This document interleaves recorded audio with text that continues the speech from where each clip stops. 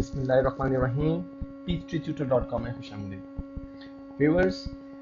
हम पहले भी जैसा कि जिक्र कर चुके हैं कि PHP की फंक्शनैलिटी किस तरह से काम करती है, और मैंने आपको बताया कि PHP इटसेल्फ काम नहीं करती, बल्कि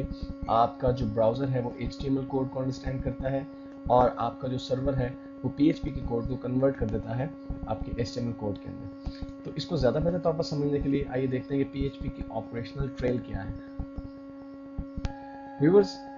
जैसा कि अब हम अपने लोकल सर्वर पर काम कर रहे हैं और हमने अपाची सर्वर को इंस्टॉल किया हुआ है अपने कंप्यूटर पे, और इसके साथ साथ हमने MySQL डेटाबेस भी डाउनलोड करके इंस्टॉल किया हुआ है, तो हम देखते हैं कि बेसिकली आपका जो लोकल वेब सर्वर है या एक्चुअल वेब सर्वर वो किस तरह से काम करता है। जब आप ब्राउज़र में कोई वेब URL लिखते हैं या एड्रेस लिखते हैं, जैसे कि अभी हमने अपने एक सैम्पल पेज क्रिएट किया था हेलो वर्ल्ड का, तो हम उसका पूरा URL लिखते थे कि लोकल होस्ट में किस फोल्डर में जाके आपको वो पेज जो है लोकेट करना है। जब आप ब्राउज़र में कोई URL लिखते हैं तो ब्राउज़र वो URL ढूंढता है आपके सर्वर पे आके, उस सर्वर पे आके उस पेज को फाइंड करता है। वो hello.php नामी फोल्डर फाइल को जब फाइंड करता है तो उसकी जो एक्सटेंशन है वो PHP है। अब PHP को ब्राउज़र अंडरस्टैंड नहीं कर सकता, इसलिए सर्वर क्या करता है, सर्वर उसके लिए प्रोसेसिंग करता है। सर्वर इस PHP फाइल पे प्रोसेस करता है और इस दौरान अगर उस PHP फाइल के साथ यानी आपके वेब पेज के साथ कोई डाटाबेस से रिलेटेड जो है वो कनेक्टिविटी है, या डाटाबेस से रिलेटेड कोई क्यूरी आपने इंसर्ट की है, या आप डाटा से मुतालिक कोई क्वेश्चन कर रहे हैं उस सवाल पेज पे, तो वो पेज ऑटोमेटिकली एक्सेस करेगा आपके डाटाबेस पे। वो आपका जो डाटाबेस है वो MySQL डाटाबेस में जो आपने डाटाबेस क्रिएट की होगी, जो कि हम लेटर ऑन आगे चल के डिटेल से सीखेंगे। डाटाबेस से वो इन्फॉर्मेशन दोबारा आपको पेज पे आ जाएगी और आपका सर्वर उसे कन्वर्ट कर देगा HTML कोड के अंदर, और फिर वो HTML कोड जो है आपके ब्राउज़र में डिस्प्ले होगा, क्योंकि आपने इस हकीकत को जहन में रखना है कि आपका ब्राउज़र HTML कोड को अंडरस्टैंड करता है, PHP कोडिंग को अंडरस्टैंड नहीं करता। और यही वजह है कि हमें एक वेब सर्वर की ज़रूरत पड़ती है अपने लोकल कंप्यूटर पे, ताकि हम PHP के ज़रिए वेब पेजेस को बनाने के बाद उसको प्रीव्यू भी कर सकें। व्यूअर्स, अब अगर हम इस ऑपरेशनल ट्रेल को अच्छी तरह समझ चुके हैं तो आगे हमें काम करने में बहुत आसानी होगी।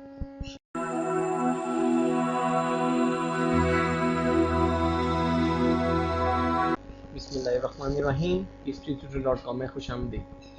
व्यूअर्स, अब जबकि आप PHP को लर्न करना शुरू कर चुके हैं तो एक बहुत ही अहम और इम्पॉर्टेंट एलिमेंट है जो कि ना सिर्फ PHP बल्कि किसी भी प्रोग्रामिंग लैंग्वेज को समझने के लिए और इस्तेमाल करने के लिए इंतहाई अहमियत का हामिल है, वो है कमेंट्स। कमेंट्स से क्या मुराद है? व्यूअर्स, अभी आपने एक पेज पे कुछ कोड लिखे हैं, आपको अभी तो ये याद है कि ये कोड किस मकसद के लिए मैंने लिखे हैं। ये तो बहुत ही सिंपल से कोड जो हमने यूज़ किए हैं, लेकिन लेटर ऑन हम PHP में जाके बहुत ही कम्प्लेक्स किस्म की कोडिंग भी करेंगे, तो शायद 1 या 2 दिन तक तो हमें याद रहे कि हमने ये कोड्स किस लिए लिखे हैं या इन कोड्स का पर्पस क्या है, लेकिन चंद दिनों के बाद शायद हमारे जहन में ना रह सके कि ये कोड किस लिए लिखे गए हैं। या फिर आपके अलावा कोई और शख्स अगर इस PHP फाइल पे काम करता है तो उस सूरत में जाहिर सी बात है कि आपके कोड्स को अंडरस्टैंड करने के लिए, आपके कोड्स को समझने के लिए उसको कोई गाइडलाइन की ज़रूरत होगी, तो वो गाइडलाइन आप प्रोवाइड करते हैं कमेंट्स की सूरत में। व्यूअर्स, कमेंट्स 2 किस्म के हो सकते हैं, सिंगल लाइन कमेंट्स और double line comments. Single line comments जैसे कि नाम से जाहिर है ऐसे कमेंट्स होते हैं जो कि एक ही लाइन में जो है वो आप लिखते हैं, और सिंगल लाइन कमेंट्स लिखने के लिए आप / 2 मरतबा इंसर्ट करने के बाद जो भी टेक्स्ट लिखेंगे वो कमेंट कंसीडर की जाएगी, यानी आपके पेज में ये डिस्प्ले नहीं की जाएगी, लेकिन प्रोग्रामर जब इस PHP फाइल को देखेगा तो आपने जो भी कमेंट्स यहाँ पर इंसर्ट किए होंगे वो उसे नजर आएंगे। सिंगल लाइन कमेंट्स के लिए एक और स्ट्रेटजी यूज़ की जा सकती है या की जाती है, वो है पाउंड का साइन, कि आप डबल / इंसर्ट करने के बजाय पाउंड का साइन इंसर्ट कीजिए, और उसके बाद भी आपने जो भी कमेंट्स इंसर्ट करने हैं वो आप इंसर्ट कर सकते हैं। ये दोनों ही टेक्निक्स सिंगल लाइन कमेंट्स को इंसर्ट करने के लिए। लेकिन अगर आपको डबल लाइन कमेंट्स इंसर्ट करने हो, यानी डबल लाइन कमेंट्स जैसा कि नाम से जाहिर है ऐसे कमेंट्स होंगे जो कि एक से ज़्यादा लाइंस पर मुश्तमिल होंगे, उस सूरत में आपको एक और टेक्निक यूज़ करना पड़ेगी। आपको एक / और फिर स्टैटिक का साइन इंसर्ट करना पड़ेगा, और उसके बाद आप जो कुछ भी लिखते हैं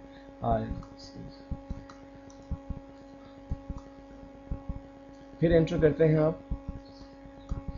तो आपके कमेंट्स अभी कंटिन्यूड है। अगर आप गौर करें कि आपके जो टेक्स्ट का कलर है वो ब्लैक ही चल रहा है, और ब्लैक कलर सिर्फ उस वक्त यूज़ किया है जबकि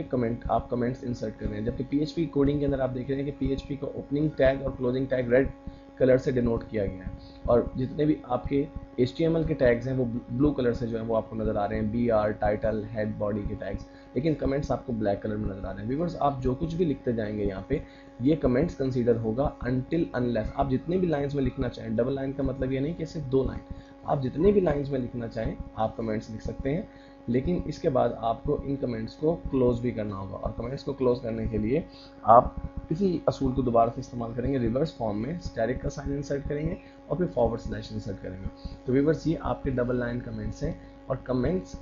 अगर आपने डबल लाइन कमेंट्स को क्लोज ना किया तो आपके जितना भी आपके कोड्स हैं वो भी कमेंट्स के जुमरे में आ जाएंगे, क्योंकि आपने कमेंट्स को क्लोज जो है वो टैग नहीं लगाया PHP का। तो अगर आप डबल लाइन कमेंट्स यूज़ करते हैं तो उन्हें क्लोज करना ज़रूरी है।